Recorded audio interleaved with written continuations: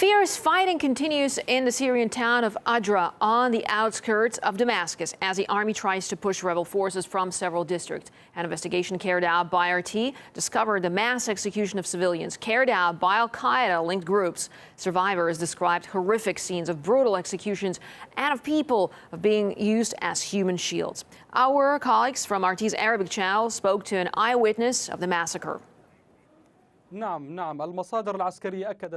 sources in the military say radical Islamist fighters entered the town of Adra and massacred local civilians. According to the latest figures, at least 80 people were killed in the districts which the Syrian army has now liberated. Entire families were killed, other families were kidnapped and are being used as human shields in the battle against government forces. Militants from Jabhat al-Nusra and the Army of Islam seized control of all the streets and crossroads very quickly. The situation became terrible. There were killings, outrage and fear. Unidentified armed men came to the city. They carried out the slaughter. The worst thing in their crime was when they shoved people in the bakers' ovens. They kidnapped people, and many were beaten. RT sources in the military also say that some of the kidnapped families have been transferred to areas south of the town. They're now being held in strategically important zones, which the rebels have been using as a base of operations. These places are heavily fortified. Sources also say the total death toll in Adra may in fact increase, because the Syrian army has not yet liberated the entire town.